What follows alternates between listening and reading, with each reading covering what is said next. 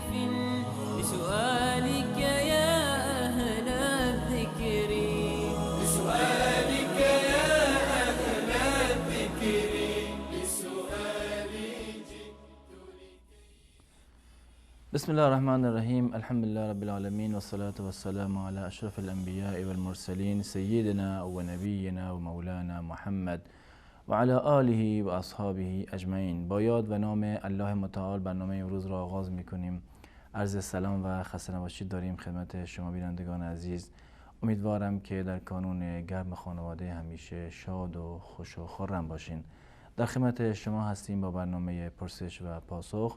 کارشناس محترم برنامه جناب مولانا عبدالقدوس دهقان هستند که خدمت ایشان نیز عرض سلام و خسته نباشید داریم. در خدمت جناب عالی و تمامی بینندگان عزیز و ارجمند عرض ادب و سلام دارم.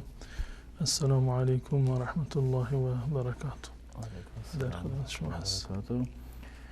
بینندگان عزیز، طبق روال معمول از سوالایی که از SMS فرستاده شده برنامه را امروز آغاز میکنیم. جناب مولانا، بیننده اول پرسیدن کسی که در رمضان وفات کرد و چند روز نتوانسته روزه بگیرد آیا باید به جای آن کفاره داد یا نه؟ الحمد لله رب العالمین و صلی الله علی نبینا محمد و علی آله و صحبه اجمعین. برای کسی که در ماه مبارک رمضان معذور بوده، نمیتوانسته روزه بگیرد به سبب مرض، این رخصت رو الله متعال به شخص بیمار داده که در هنگام بیماری و اون کسی که بیمار هست جایز هست که روزه نگیرد و منتها به شرط این که بعد از ماه مبارک رمضان هر وقت که فرصت کرد و عذرش برطرف شد، بیماریش رو الله متعال شفا داد، در اون وقت به جای اون روزهایی که در ماه مبارک رمضان نتوانسته روزه بگیرد باید به تعداد همان روزها روزه بگیرد. این یک مطلب دیگر این که کسی که در ماه مبارک رمضان بیمار بوده و نتوانسته روزه بگیره و این بیماریش ادامه پیدا کرده تا بعد از ماه مبارک رمضان و بعداً فوت کرده و روزهایی که در ماه مبارک رمضان نگرفته بوده همچنان برگردنش هست و بر عهدهش هست، الان حکم شرعی در این زمینه چه هست؟ این از دو حالت خالی نیست. حالت اول این است که شخص در ماه مبارک رمضان بیمار بوده و بعد از ماه مبارک رمضان هم یا در همون ماه مبارک رمضان الله متعال به صحت و عافیت نداده، یعنی این بیماری آخرین بیماریش بوده و در همین بیماری از دنیا رفته، چه در ماه مبارک رمضان از دنیا رفته چه بعد از ماه مبارک رمضان، منتها بیماری رو که در ماه مبارک رمضان داشته به میدونی مستمر مانده تا لحظه وفاتش. به تعبیر دیگر که این فرد که فوت کرده فرصتی برای قضا آوردن روزهای خودش پیدا نکرده. در ماه مبارک رمضان مریض بوده، بعد از ماه مبارک رمضان گرچه زنده بوده اما باز هم مریض بوده و در همین بیماری وفات کرده. برگردن چونین بیماری نه قضایی هست و نه کفاری. قضا و کفاری بر این لازم نیست، یعنی بر اولیای این میت که در ماه مبارک رمضان فوت کرده یا بعد از رمضان فوت کرده و بیماریش مستمر بوده و فرصتی برای قضا آوردن روزهاش پیدا نکرده، بر اولیایش نه قضا لازم هست و نه کفاره. و اگر به این گونه بوده که در ماه مبارک رمضان بیمار بوده و بعد از ماه مبارک رمضان الله متعال به اون شفا داده و می توانسته که قضای روزهاش رو بگیرد اما نگرفته، به تأخیر انداخته که بعداً میگیرم و بعداً هم الان از دنیا رفته بدون این که روزهایی رو که قضا شده و می توانسته که قضایی بگیرد اما نگرفته و الان فوت کرده، الان حکم شرعی در این مورد این است که باید از اون قضا آورده بشود. حضرت عایشه رضی الله تعالی عنها در روایتی که در صحیح بخاری هست میفرمایند که من مات و علیه صیام صام عنه ولی، اگر کسی فوت کرد و روزه برگردنش بود به جایش ولیش باید روزه بگیرد و اگر هم نمیخواهند روزه بگیرند به جایش، کسی نیست که از اولیای از فرزندانش کسی به جای مثلا متوفا روزه بگیرد، حکمش این است که باید کفاره اون روزه ها رو باید بدهند. در مقابل هر روزی که این بیمار نتوانسته روزه روزه بگیرد که و بعد از رمضان میتوانست روزه بگیرد اما این قضا را به تأخیر انداخته تا اینکه فوت کرده، حکمش این است که یا به جایش روزه بگیرند و اگر روزه نگرفتند به جای هر روز در مقابل هر روز به یک مسکین باید طعام و غذا بدهند. درست. جزاکم الله خیر. بیننده بعدی در مورد حق والدین سوال کردن که گفتن لطفاً در مورد حق والدین و فرزندان توضیح بدهید که چه چیزی رو حق والدین یکی از سنگین ترین حقها و واجب ترین حقوق بر انسان هست که بعد از حق الله متعال دومین درجه و دومین حق والدین بر فرزندان هست و در جاهای متعددی الله متعال حق والدین رو بعد از حق خودش ذکر کرده. به طور مثال الله متعال در سوره اسراء می‌فرماید و قضى ربك الا تعبدوا الا ایاه و بالوالدین احسانا. الله متعال پروردگار تو حکم کرده و فرمان داده که الا تعبدوا الا ایاه، غیر از الله متعال کسی رو عبادت نکنید. این حق الله متعال هست. توحید الوهیت و بندگی باید خاص برای الله متعال باشد. و بعد از آن میفرماد و بالوالدین احسانا، و الله متعال به شما دستور داده، حکم کرده بر شما و فرمان داده که به پدر و مادر احسان و نیکی بکنید. و الله متعال یک نمونه از نیکی رو و یک رویکرد از نیکی رو در همین آیه برای ما بیان می‌فرمایند و در ادامه آیه هست اما یبلغن عندک الکبر احدهما او کلاهما فلا تقل لهما اف ولا تنهرهما. اگر پدر و مادرتون یا یکی از پدر و مادرتون در حالت پیری بودند و شما زنده بودید، پیری اونها را دیدید، فلا تقل لهما اف، به اونها اف نگو، یعنی در مقابل حرفی رو که میگویند و خواسته ای رو که دارند به هیچ عنوان اظهار ناراحتی نکن و اف نگو. ولا تنهرهما، و به هیچ عنوان نباید با پدر و مادر یعنی با زبان تند و با تندخویی و درشتخویی برخورد بکنید. و قل لهما قولا کریما، و به پدر و مادرتون حرف بسیار بزرگوارانه، حرف بسیار از روی مهر و محبت باید با اونها حرف بزنید، حرفهایی رو که دلالت بر احترام و بزرگداشت والدین دارند. واخفض لهما جناح الذل من الرحمه، از روی رحمت و رأفت در مقابل اونها بسیار بال نرمی رو بگستران، یعنی با اونها با نهایت رحمت و رأفت و نرمی باید برخورد بکنید و هم در حیاتشون و هم در بعد از وفاتشون این دعا رو باید همیشه ورد زبان شما باشد و خود رب ارحمهما کما ربیانی و صغیرا، و این گونه دعا بکن که پروردگار و پدر و مادر و مرا مورد رحمت خودت قرار بده، همان گونه که مرا در کوچکی در واقع تربیت و پرورش دادن. پس بنابراین حق والدین بزرگترین و سنگینترین حقی هست که بر عهده یک انسان هست. حضرت عبدالله بن مسعود رضی الله تعالی عنه روزی از رسول الله صلی الله علیه وسلم فرمودند که ای الاعمال احب الی الله، چه عملی نزد الله متعال محبوب تر هست؟ رسول الله صلی الله علیه وسلم فرمودند الصلاة علی وقتها، نماز در اول وقت یا سر وقت نماز خوندن، این محبوب ترین اعمال نزد الله متعال هست. عبدالله بن مسعود گفت که قلت ثم ایو، بعد از نماز مهمترین به اصطلاح عمل و محبوب ترین عمل نزد الله متعال چه هست؟ رسول الله صلی الله علیه و سلم فرمودند بر الوالدین، احسان و نیکی به پدر و مادر، که در مرحله سوم رسول الله صلی الله علیه و سلم بحث جهاد فی سبیل الله رو هم ذکر کردند. و پدر و مادر ولو این که به اصطلاح حتی یعنی در دین مخالف با فرزندانشون باشند، یعنی این که بالفرض هم که پدر و مادر یکی مسلمان نباشند، اهل توحید نباشند، باز هم انسان باید اون رأفتی رو که دارد، اون نرمی رو که دارد، دلسوزی رو که باید داشته باشد برای پدر و مادرش، اینو نباید از پدر و مادر دریغ بکند. در سنن ترمذی یک روایتی هست که یکی اومد نزد رسول الله صلی الله علیه و سلم و گفت که یا رسول الله جئتک ابایعک علی الهجرة، من اومدم که با شما بیعت بکنم بر هجرت. منتها یک نقطه ای رو در صحبت‌های خودش با رسول الله صلی الله علیه و سلم ذکر کرد و گفت که ترکت ابوی یبکیان، من پدر و مادرم رو در حالی پشت سر خودم گذاشتم، در خونه اونها رها کردم که از رفتن من داشتند گریه می‌کردند. رسول الله صلی الله علیه و سلم فرمود ارجع الیهما فاضحکهما کما ابکیتهما، برو اونها رو بخندان همان گونه که اونها رو گریاندی. حتی اگر پدر و مادر غیر مسلمان باشند باز هم ما باید این به اصطلاح لطف رو در حق اونها داشته باشیم، با نرمی با اونها برخورد بکنیم و سعی بکنیم که همیشه اونها رو در واقع شادمان و خوشحال نگه داریم.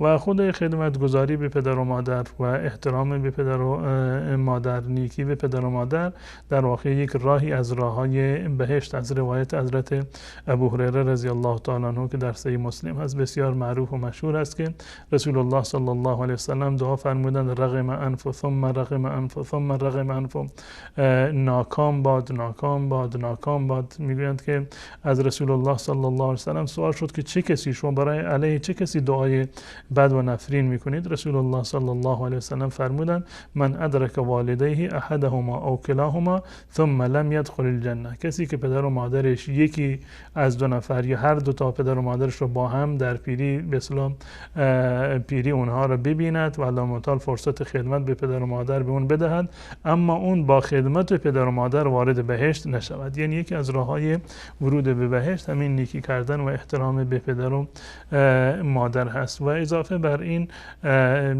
به اصطلاح احترام به پدر و مادر، این یک نوع قرض و وامی هست. همان گونه که شما امروزه با پدر و مادرتون چگونه برخورد بکنید، فردا فرزندان شما با همین گونه با شما برخورد خواهند کرد. اگر شما اهل بر و احسان و نیکی به پدر و مادر باشید، مطمئن باشید که فرزندان شما هم این گونه با شما برخورد میکنند. اگر شما حق پدر و مادر رو ادا نکنید، با اونها تندخو باشید، با اونها احترام نگذارید، مطمئن باشید که فردا فرزندان شما همین رفتار رو با شما هم خواهند داشت. رسول الله صلی الله علیه و سلم فرمودند بروا آباءکم تبرکم ابناءکم، به پدر و مادرتون نیکی بکنید تا اینکه فرزندانتون هم در مقابل به شما نیکی بکنند. و نیکی به پدر و مادر یعنی ارزشی رو در حدی دارد که این یکی از اعمالی هست که انسان میتواند در سختی ها و مشکلات از این در واقع توسل بکنند به این عملشون. حدیث معروفی که در صحیح بخاری و مسلم هست، 3 نفری که در غار کرده بودند، یکی از اونها کسی بود که همیشه به پدر و مادرش نیکی میکرد و اگر غذایی میداد یا شیری قرار بود که به فرزندانش بدهد، قبل از اینکه پدر و مادرشون از اون شیر نمی نوشیدن به هیچ عنوان به زن و فرزندان خود شیر نمیداد از گوسفندان وقتی که از چرا برمیگشت. و وقتی که در غار گرفتار شدند، اون فرد دعا کرد پروردگار من این کار را، یعنی خدمت به پدر و مادر را، احترام و اکرام پدر و مادر را خالصتا برای رضای تو انجام دادم. اگر این عمل من مورد قبول تو هست و در اون اخلاص داشتم، پس ما رو از این غار و از این مصیبت نجات بده. پس بنابراین احترام پدر و مادر گذشته از این که یک عبادت بزرگی هست، بزرگترین حق والدین هست و بعد از حق الله متعال دومین حقی هست که برگردن انسان هست. اضافه بر این بزرگترین فضیلت هست و بزرگترین عبادت برای ما شمرده می شود و یکی از مهمترین اعمالی هست که می توانیم در روز قیامت آثار آن را ببینیم، یا اینکه حتی در این دنیا می توانیم که با آن توسل بکنیم در دعاهایمون که الله متعال مشکلات و خواسته های ما را برآورده بگرداند. جزاکم الله خیر با توضیحی که دادین. بینندگان عزیز، شماره تماس زیرنویس شده. کسانی که میخوان تماس بگیرن لطف کنن که از الان سوالاشون رو به صورت مختصر و آماده داشته باشن و همچنین علاوه بر تماس تلفنی میتونید که از طریق شبکه فیسبوک سوالاتون رو در زیرنویس برنامه که پخش زنده از طریق فیسبوک پخش میشه سوالاتون اونجا بنویسید و انشالله ما خواهیم گرفت و طبق نوبت با آنها پاسخ خواهیم داد. تشکر میکنم از شما. بیننده بعدی پرسیدن که حد اکثر عادت ماهیانه چند روز می باشد؟ در مورد حد اکثر و حد اقل عادت ماهیانه و همچنین به تبع آن طهری که بعد از آن هست، روایتی که اون رو مشخص بکند و دلیل قطعی در این زمینه باشد که حد اکثر حیض رو 10 روز یا اینکه 15 روز تعیین بکنیم، چون این دلیلی صریحی از آیات قرآن و احادیث رسول الله صلی الله علیه و سلم نیست و این بیشتر از این که نیازی به دلیل از قرآن و سنت داشته باشه برمیگردد به خود واقعیت و عادت معمول زنها که معمولا زنها یعنی عادت ماهیانهشون شاید در حدود 10 روز باشه که در مذهب امام ابو حنیفه رحمت الله علیه معمولا اینو ملاک قرار دادند و گفتند که حداقلش 3 روز و حد اکثرش 10 روز هست و اما جمهور علما و مشایخ حد اکثر حیض رو 15 روز قرار دادن، به این علت که عملا زنایی هستند که به صورت منظم تا 2 هفته و 15 روز این عادت ماهیانهشون استمرار داره، پس بنابراین اینها باید عادتشون معتبر باشه و بیشتر از 15 روز این عادت رو قرار ندادن به این خاطر که امکان نداره که بیشتر از 15 روز یعنی بیشتر از نصف ماه زن در عادت ماهیانه باشه. پس بنابراین اگر بیشتر از 15 روز بود بنابر قول جمهور علما اون در واقع جزء عادت به اصطلاح جزء استحاضه شمرده می شود و جزء عادت ماهیانه حساب نمی شود. جزاکم الله خیر. تماس بینندگان آماده است و اولین تماس میگیریم. سلام علیکم، برنامه پرسش و پاسخ بفرمایید. الو بفرمایید. سلام علیکم، خوب هستین؟ سلامت باشین، در خدمت شما. زنده باشید. 2 تا سوال داشتم. بفرمایید. سوال اولتون؟ یکی درباره این که کسی که دائم الخمر باشه همیشه شراب بنوشه. بله، دائم الخمر. بعد اگه وفات بله اگه وفات کنه آیا نماز جنازه خوانده میشه یا نه؟ نماز میت براش بخونه یا نه؟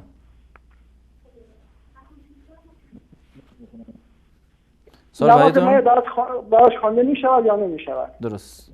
سوال بعدیتون؟ بله. یکی دیگه اینه، سوال اینه که چرا شخصی در عین ازدواج با 2 خواهر همزمان نکاح کنه؟ با 2 خواهر چرا نمیتواند؟ آره همزمان نکاح کنه. درست. سوال دیگه هم دارین؟ یه سوال اینه که من بچه 6 ماهه دارم، انقدر از سر کار کندم، بعد بهش سلام میکنم، عادت کردم، خواستم ببینم اشکال داره تو نمیتونه جواب سلام بده. بچه 6 ماهه. بله. درست. تشکر میکنم شما. خیلی ممنون. سلامت باش. خدا. علیکم السلام و رحمت الله. سلام علیکم، برنامه پرسش و پاسخ بفرمایید. بنده گرامی صدای شما وصل، لطفا صحبت کنید.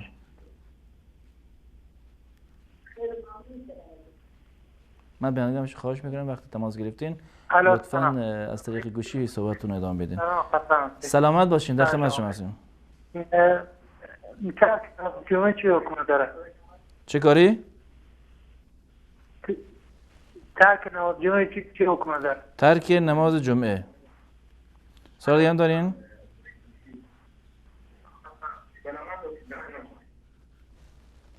چی حکم داره؟ ترک نماز جمعه چی حکم داره؟ سوالتون واضح است. تشکر میکنم از شما.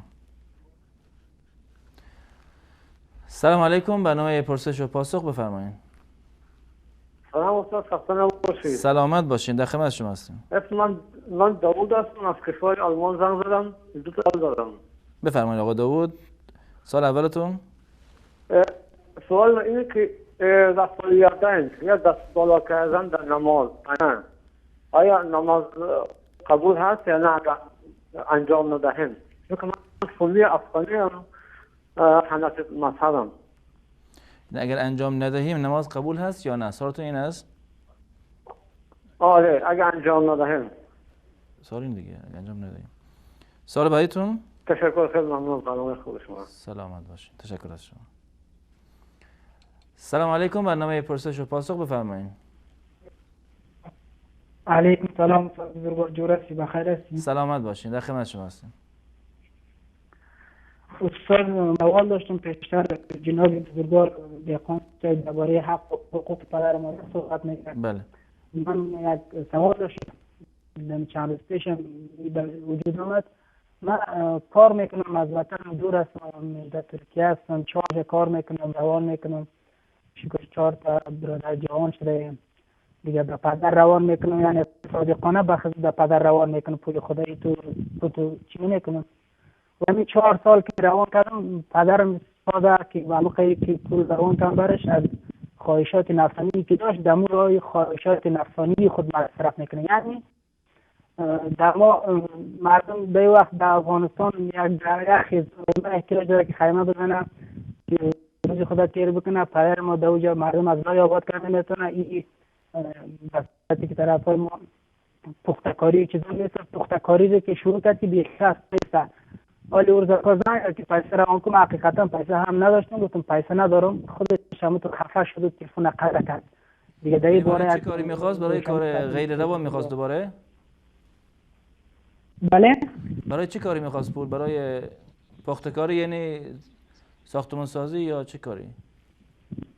بله استاد، ما مشکلات داریم برادران، مثلا وای زمان درس و تعلیمش است که درای دین خدا درس بخونه او ولی در فرزندان خود اصلا توجه نداره. ما 4 برادر جوان هستیم، 2 ما نامزد هستیم که باید ما خدا حل کنیم، این توجه نداره، فقط مصرف بی معنا میکنه. درست. ان شاء الله توضیح خواهیم داد این زمینه. سوال دیگه هم دارین؟ تشکر. سلام علیکم. سلام علیکم، برنامه پرسش و پاسخ بفرمایید. الو سلام علیکم. علیکم السلام و رحمت الله، در خدمت شما هستیم.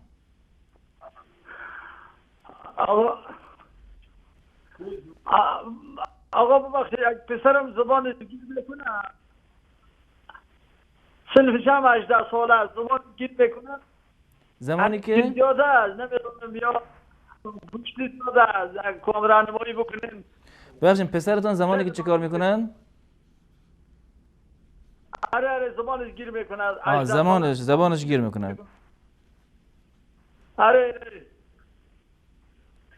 دست شما در نکنه. ببخشید سوالتون نفهمیدم، یعنی زبانش گیر میکنه چه کار میکنه؟ خوندن کم در قرآن خوندن یک کمی خوب کردن دیگه زبانش گیر میکنه. وقتی قرآن میخونه زبانش بهتره ولی در حالت عادی زبانش گیر میکند. سوالتون اینه؟ آره دست شما در نکنه. تشکر. سلامت باشین، تشکر از شما. سلام علیکم، برنامه پرسش و پاسخ بفرمایید.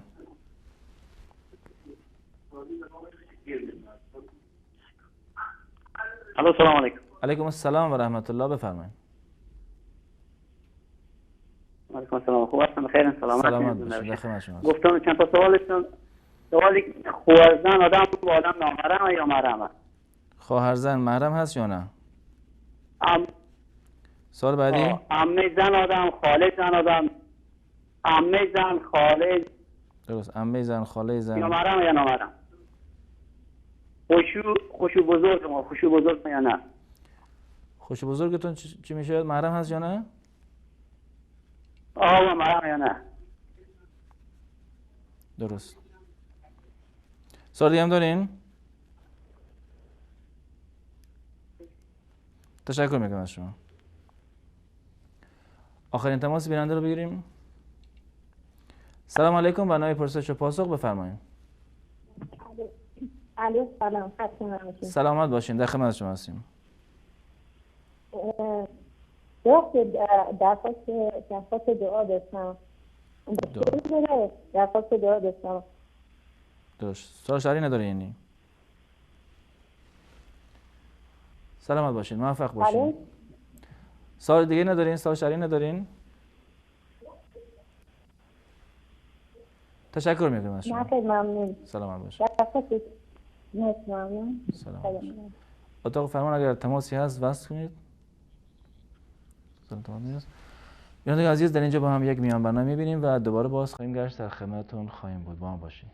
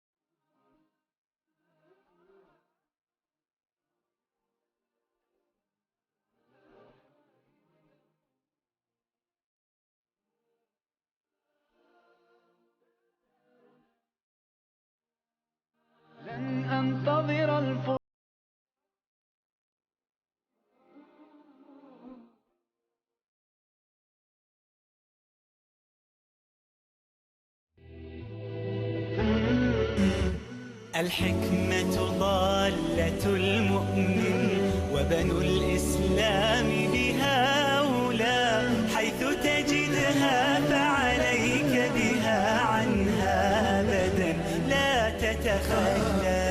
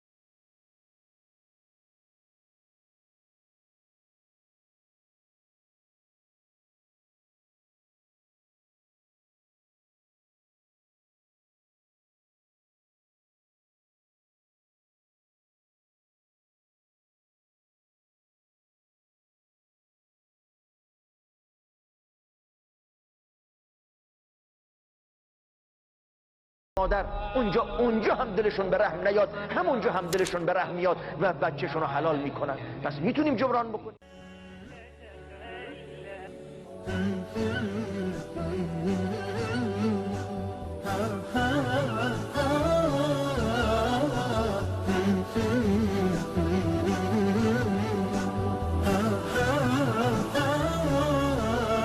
الحكمة ضالة المؤمن.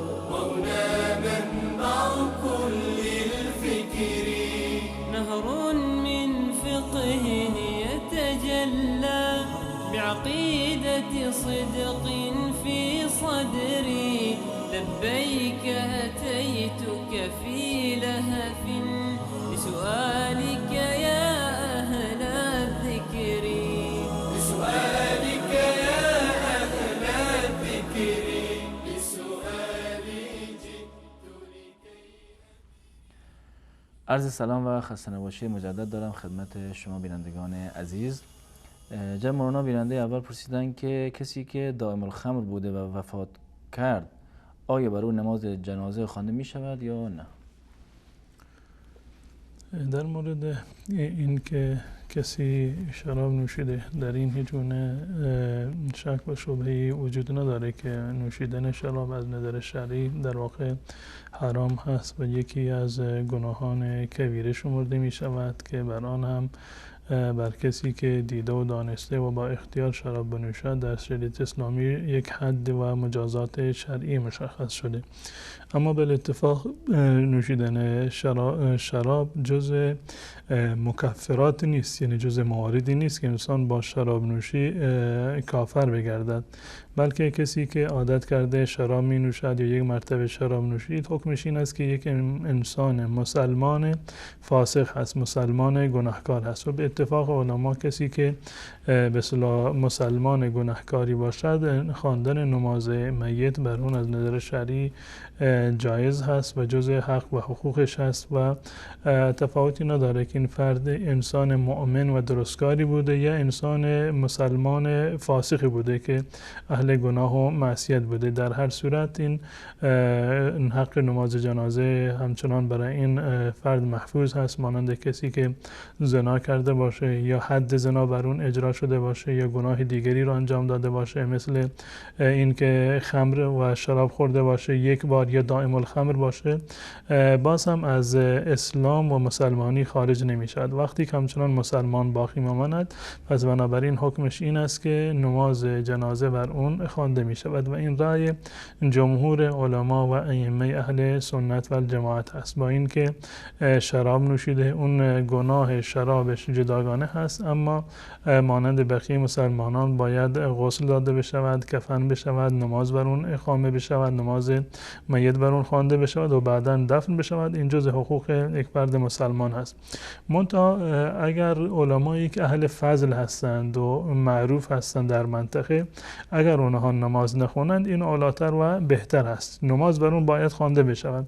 اما اون کسی که مثلا عالم منطقه هست یا کسی که مردم به اون اعتقاد فضل و بزرگواری دارند، اعتقاد به تقواش دارند، مردم به اون جایگاه خاص و وجاهتی رو در جامعه داره، اگر اون نماز نخواند اولاتر و بهتر است. بگوید که یک فرد دیگری بر اون نماز بخواند، تا اینکه یک نوع به اصطلاح منعی باشد، یک نوع توبیخی باشد برای دیگران، یک پند و اندرزی باشد برای دیگران که اگر که نماز به اصطلاح فلان گناه را انجام دادن، عالم فلان منطقه که مثلا معروف به تقوا و پرهیزگاری هست و آدم مسنی مثلا هست، اون میگه من بر اون نماز نمیخونم. معمولا مردم در میانی که علمای پرهیزگار و پارسایی هستند امید این رو دارند که اگر که مردن فلانی بر اونها نماز جنازه بخواند و رسول الله صلی الله علیه وسلم هم این روش رو انجام میدادند. به طور مثال اگر کسی برگردنش وامی بود، مثلا میگفتند که من بر این نماز جنازه نمیخونم، خودتون بر اون نماز جنازه بخونین، امام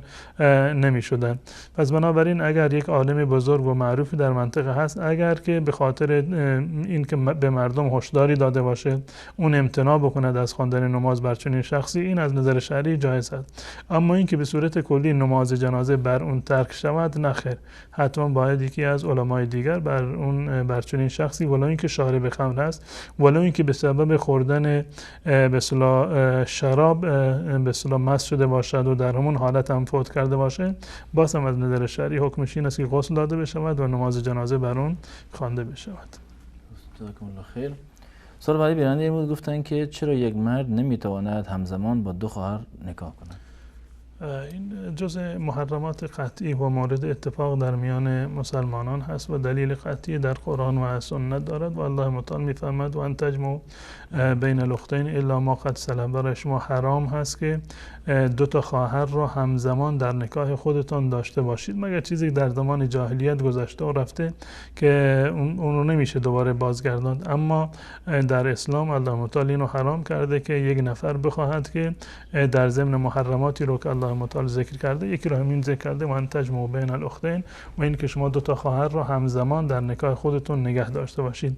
اگر خواهر اولی فوت کرد یا این که خواهر اولی رو زن اولش رو طلاق داد، دوباره میتواند که با خواهر دوم در واقع ازدواج بکند. اما این که همزمان دو تا خواهر را یک فرد در نکاح خودش داشته باشد، این به نص صریح قرآن جزء محرمات است.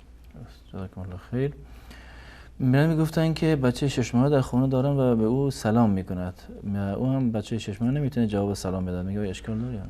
نه اشکالی نداره که انسان در واقع خود سلام یک نوع دعا هست در شریعت اسلامی و این یکی از محاسن و خوبی های شریعت اسلامی هست که ما در هنگامی که همدیگر را ملاقات میکنیم برای یکدیگر دعای خیر و سلامتی میکنیم. این دعای خیر و سلامتی رو حتی میشود برای فرزندی که ولو اینکه 6 ماهه باشد، ولی اینکه اصلا فرض کنیم یک فردی به اصطلاح نابینا و ناشنوا هست، نه ما رو میبیند و نه اینکه صدای ما رو میشنود بهش سلام بگوییم، این در واقع دعای خیری برای اون فرد هست، گرچه اونم نمیتواند که جواب بدهد. اگر کسی به اصطلاح فرزند 6 ماهش هم سلام بدهد، از نظر شرعی اشکالی بر اون مترتب نیست و اینکه بچه نمیتواند که جواب پس بدهد و جواب سلام رو بدهد، این اشکالی هم در این زمینه وجود نداره. حداقلش این است که شما برای فرزند خودتون دعای خیر و سلامتی کردید. این آموزش در واقع. جزاکم الله خیر. ترک نماز جمعه چه حکمی دارد؟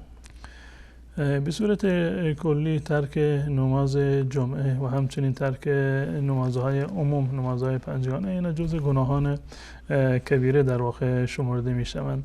و در مورد ترک نماز جمعه روایتی هست در این زمینه که رسول الله صلی الله علیه و سلم فرمودند من ترک ثلاث جمع تهامنا، هر کسی که 3 نماز جمعه رو پشت سر هم از روی تنبلی و از روی سستی و کاهلی نماز جمعه رو ترک بکند، 3 مرتبه پشت سر هم این کار رو انجام بدهد، رسول الله صلی الله علیه و سلم فرمودند تبع الله علی قلبه، الله متعال بر قلب اون مهر میزند. مهری که در واقع دلیل بر این است که این فرد از رحمت الله متعال دور می شود، از آیات الهی و از رحمت الهی این استفاده رو نمی برد. این مجازات کسی هست که 3 مرتبه پشت سر هم در واقع نماز جمعه رو نه اینکه عذر داشته باشه، بلکه به خاطر تهاون و تنبلی و از روی کاهلی خودش نمی رود برای نماز جمعه.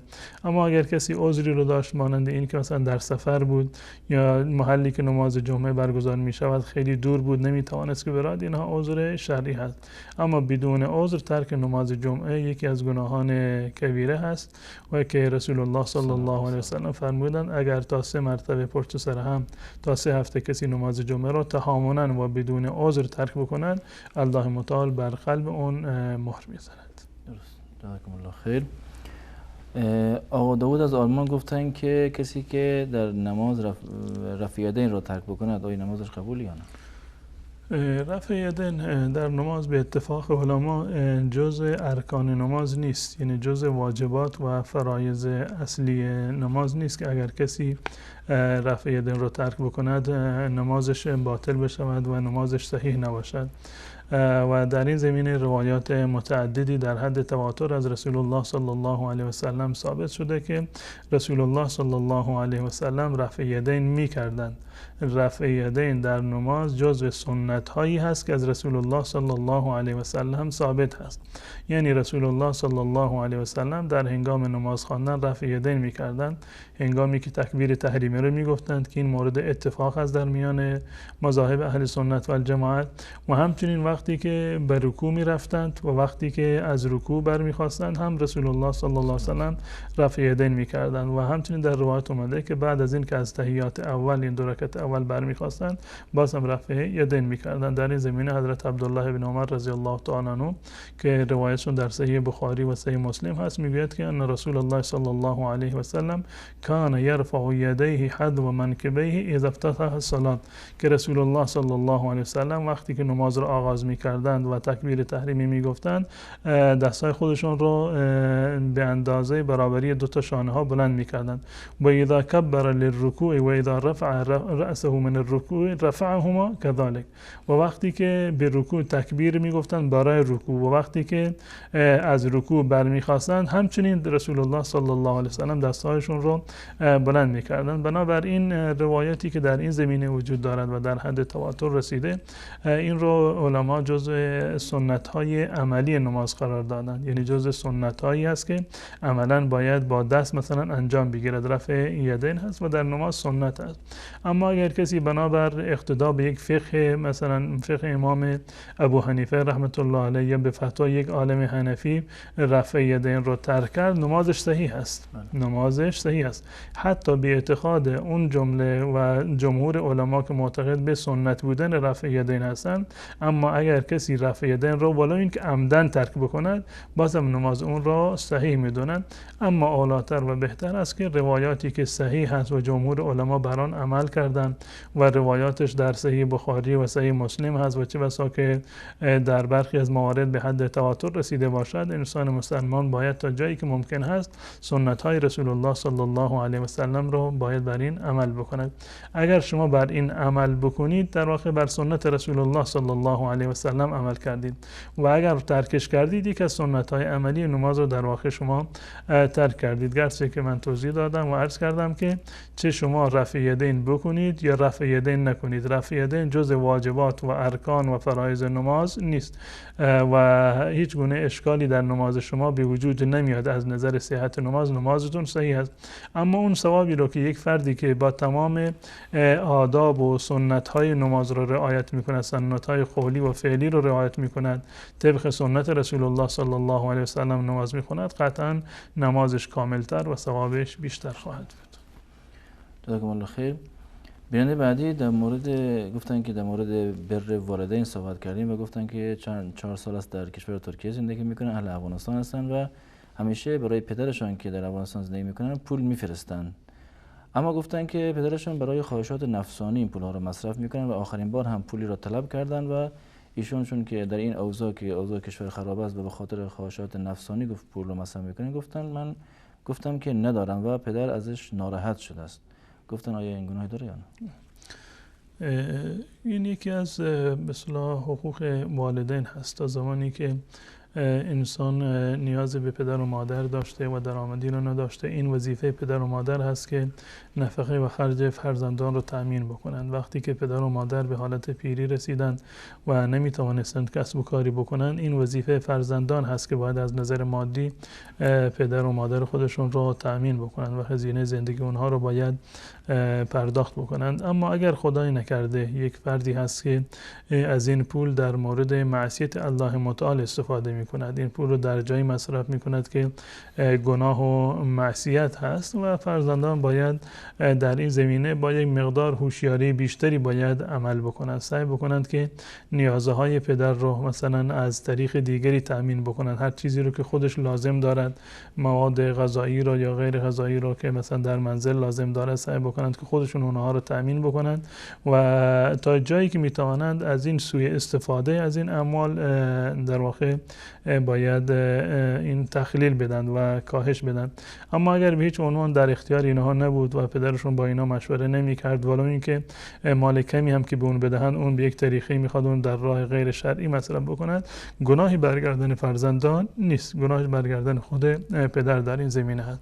اما سعی بکنند که یک طریقی رو در پیش بگیرند با حکمت و به اصطلاح احتیاط و حساسیتی بیشتری این پول رو مصرف بکنند تا اینکه به اصطلاح مجال کمتری به پدرشون بدند که این پول رو در جاهایی که گناه و معصیت هست در اونجا استفاده نکنند. جزاکم الله خیر.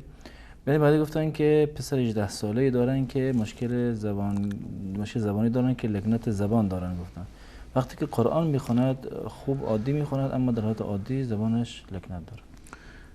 این مواردی که به اصطلاح جزء ابتلاعات الهی هستند، یک نوع بیماری در واقع شمرده میشوند. تمام اینها از نظر حکمت و قانونی رو که الله متعال قرار داده این است که برای یک فرد مسلمان حتی ولو اینکه کوچکترین اذیت و آزاری باشد، کوچکترین رنج و دردی باشد، اینها نزد الله متعال همهشون به عنوان عمل خیر و کارهای نیکی برای انسان شمرده می شوند.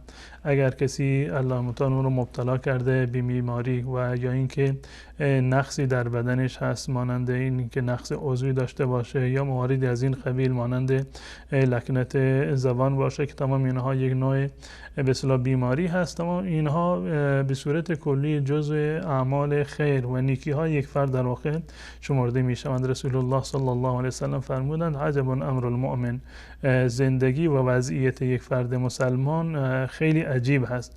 اگر یک کار خیری به اون برسد، اگر خوشی به اون برسد شکر میکنند و اگر بدی و مصیبتی به اون برسد صبر میکند و تمام اینها برای یک فرد مسلمان در واقع خیر هستند و هر مصیبتی که به انسان میرسد بنابر تعبیر رسول الله صلی الله علیه و سلم حتی شوکت و یشاکوها، حتی یک خاری که به پای و بدن یک انسان مسلمان می رود، اینها الله متعال در واقع کفاری برای گناهان یک فرد قرار می دهد. هم برای این به اصطلاح کسی که مبتلای به این بیماری هست و هم برای کسانی که بالاسری بیمار و سرپرست بیمار هستند. قطعا اونم یک نوع فضیلت خاصی رو دارد، تیمارداری از کسی که نیاز به اصطلاح مراقبت دارد. و در مورد قرائت قرآن، کسانی که چه بر اساس فطری یک سبب و علت فطری باشه یا به علت این که قرآن رو خوب یاد نگرفتن در وقت تلاوت قرآن، اگر مشکل دارن در تلفظ آیات قرآن و به تعبیر رسول الله صلی الله علیه وسلم تعتع میکنن، اینها رو الله متعال اجر و پاداششون هم به خاطر زحمت مضاعفی که متحمل میشوند، پاداش اونها هم مضاعف و چندین برابر هست که انشالله الله متعال ایشون رو و فرزندشون رو از این فضیلت و از این رحمتی که الله متعال قرار داده حتما انشالله برخوردار خواهند کرد. و همچنین که سعی بکنند ایشون که تا جایی که براشون ممکن هست، اگر قابل مداوا هست یا حداقل به صورت دعا باشه، این رو فراموش نکنند که این هم یک نوع به اصطلاح هم عبادت هست و هم درخواست نیاز از درگاه الله متعال. جزاکم الله خیر.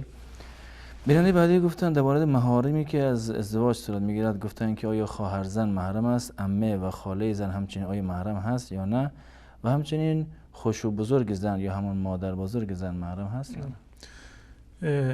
خواهر زن جز محارم نیست، گرچه موقتا جز محرمات هست، یعنی ازدواج کردن با خواهر زن تا زمانی که خواهر دیگرش در نکاح این فرد هست نمیتواند با خواهر دیگر ازدواج بکند. قبلا توضیح دادم و ان تجمعوا بین الاختین، الله متعال این رو حرام قرار داده. جز محرمات هست اما جز محارم نیست، یعنی محرم شما نیست که جلوی شما بنشیند، با شما سفر بکند یا با شما حرف بزند. جز محارم در واقع شمرده نمی شود. و همچنین خاله زن و عمه زن جز محارم شما شمرده نمی شوند.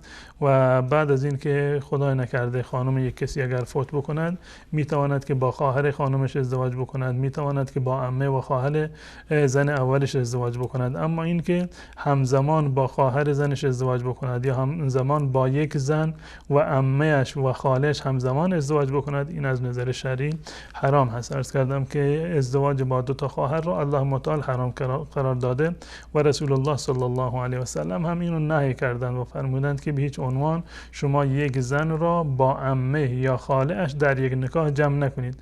همون طوری که جمع بین الاختین از نظر شرعی حرام هست، جمع بین یک زن و عمه اش یا یک زن و خاله اش از نظر شرعی حرام هست و شما نباید این کار رو انجام بدید و اینها جز محارم شما شمرده نمی شوند. اما مادر زن جز به اصطلاح هم محارم هست، جز محارم ابدی هست، برای همیشه محرم قرار می گیرند. ولی اینکه دخترشون که زن این به اصطلاح مرد هست این فوت بکند، بازم اون مرد در واقع همچنان محرم باقی میماند برای همیشه و برای ابد، مثل مادر شما در واقع شمرده می شوند. و همچنین به اصطلاح مادر بزرگ همسر شما، یعنی مادر خشوع شما که به تعبیر شما خشوع بزرگ هست، اونم در واقع جز محارم شما شمرده می شوند. محرم شما هستند، هم در زمانی که خانمتون زنده و حیات دارند و هم بعد از این که خانم کسی فوت بکنند، مادر زنش همچنان بعد از اون محرم باقی میماند. یک قاعده کلی در این زمینه هست. وقتی که مادر خانم شما محرم شما قرار گرفت، هرچی بالاتر برود همشون برای شما محرم هستند. یعنی مادر زن محرم هست، مادر زن محرم هست و هرچی بالاتر هم بروند و جدهش مادر بزرگ مثلا مادر خانم شما تا هرچی بالاتر که یعنی احتمال داشته باشه که زنده باشن جز محارم شما هستن. و همچنین دختران زن شما، فرض کنیم که این زن شما قبلا شوهری داشته، از شوهر دیگر دختری دارد، اون دختر برای شما محرم است. دختر به اصطلاح خانمتون که از شوهر دیگر هست، اونم برای شما محرم هست. در هر چیزی پدر، مادر، شوهر، مثلا مادر زن به طور شما خشوع این محرم هست تا هرچی بالاتر برود، مادر بزرگ و الی آخر. و همچنین فرزندان و دختران خانم شما از شوهر دیگر برای شما محرم هستند، هرچند هم که اضافه بشود. یعنی دختر خانم شما محرم هست، دختر خانم شما هم برای شما در واقع محرم شمرده میشه. جزاکم الله خیر. بینندگان از طریق فیسبوک سوالای پرسیدن. بیننده گفتن که زن و شوهر آیا میتوانند با هم نماز جماعت بخوانند یا نه؟ بله، اشکالی ندارد. این جز مواردی هست که حلال و جایز هست که زن و شوهر در منزل خودشون با هم دیگر نماز جماعت بخونند. منتها برای یک مرد واجب هست که در نماز جماعت شرکت بکند، یعنی حتما باید در مسجد برود و نماز رو با جماعت بخوند. اما اگر فرض بکنیم که در یک جایی مسجد نیست و نمیتوانند که زن و شوهر به مسجد بروند، یا شوهر نمیتواند که به مسجد برود، میخوان در منزل نماز بخونند، هیچ اشکالی ندارد. اگر زن و شوهر هستند میتوانند که نماز رو با جماعت بخونند. شوهر همیشه باید امام باشد و زن مقتدی هست، منتها در کنار امام نایستد بلکه صف بعدی بایستد. و اگر فرزندانش هم هستند که میتونن با هم دیگر نماز جماعت بخونند. و اگر نماز غیر از فرض هست باز هم از نظر شرعی اشکالی ندارد، میتوانند که با هم دیگر نماز جماعت بخونند. فرض کنیم که مرد مثلا بلند میشود برای نماز تهجد، از نظر شرعی اشکال ندارد که زن پشت سر اون اقتدا بکند و با هم دیگر نماز بخونند. این نماز با جماعت خوندن خصوصا در نمازهای فرض اولاتر از نماز به اصطلاح فرادا هست. اگر در جایی هست که مسجدی وجود نداره، زن و شوهر در منزل نماز میخونن، انشالله که نماز فرضشون ثوابش چندین برابر، در روایتی 25 برابر یا 27 درجه بالاتر انشالله الله تعالی اونها ثواب عنایت خواهد کرد. انشالله. جزاکم الله خیر. بیننده هم گفتن که در موسم حج از منی پیاده به سوی عرفات میرفتن، در بین راه حمامی بوده که رفتن وارد حمام شدن و در اونجا احرام خود را بیرون آوردن و غسل کردن. گفتن آیا این اشکالی وجود آورده یا نه؟ نه، اشکالی نداره که انسان وقتی که به اصطلاح در حالت احرام هست، معنیش این نیست که باید 24 ساعت باید در داخل لباس احرام باشد.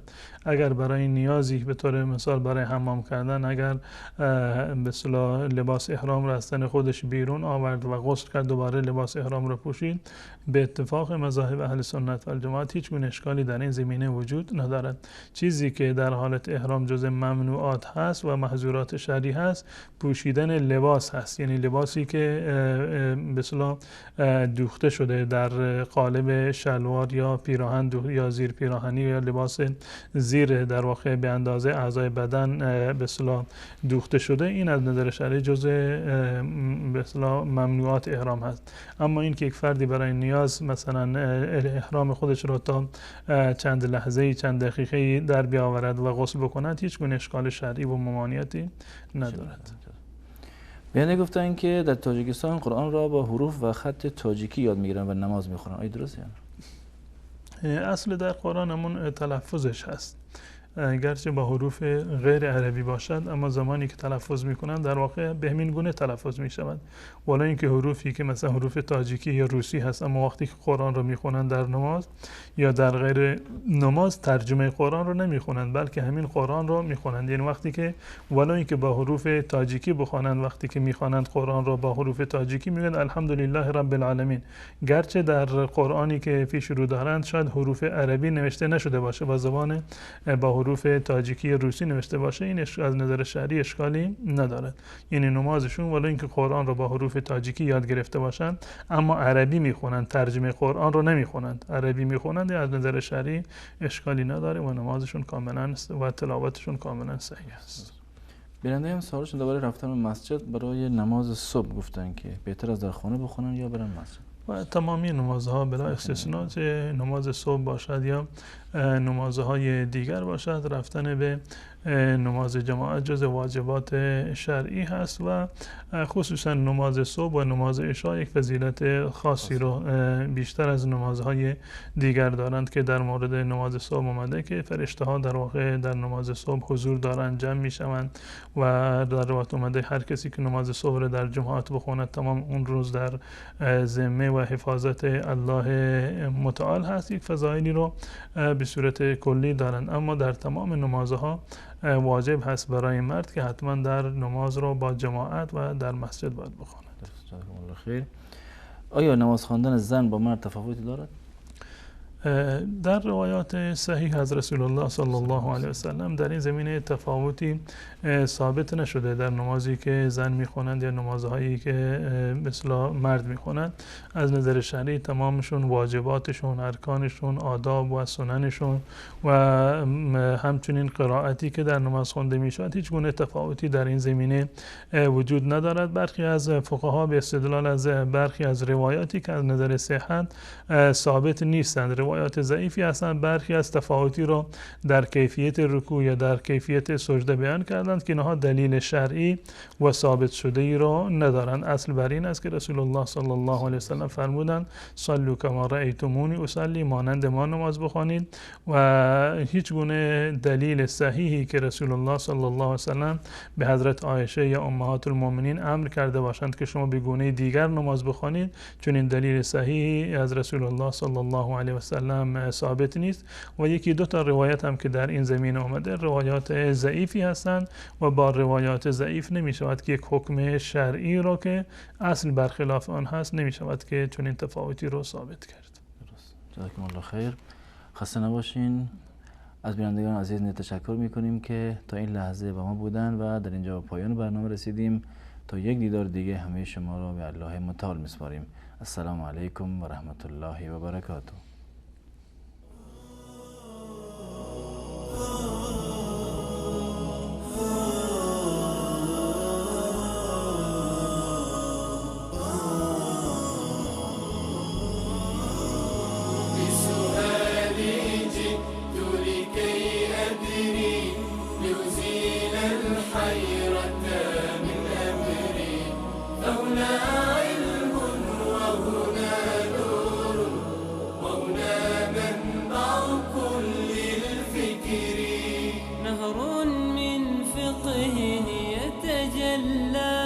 بعقيدة صدق في صدري لبيك أتيتك في لهف بسؤال